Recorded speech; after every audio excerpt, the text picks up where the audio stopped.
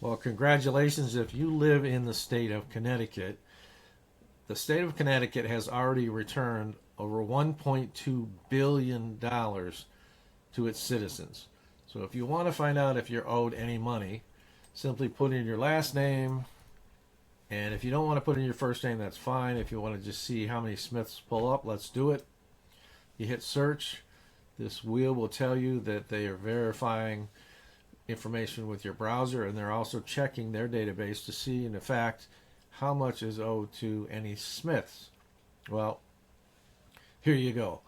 There are tons of Smiths in here, so you want to double check every address you've lived at. So make a list of every address as far back as you can remember, so that when you're looking through these, and make sure you list all the cities you've lived in, or at least try to remember, and it will show you the amounts that are here to claim. Now, some of these are a couple bucks, $10. The one up here is $100, and this is from Apple Inc. So they were probably overcharged something, or they left a deposit.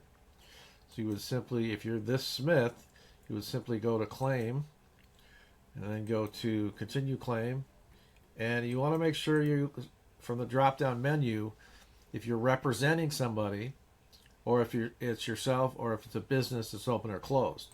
So you would simply check owner, file a claim. Now this is the only sheet of information you have to fill out.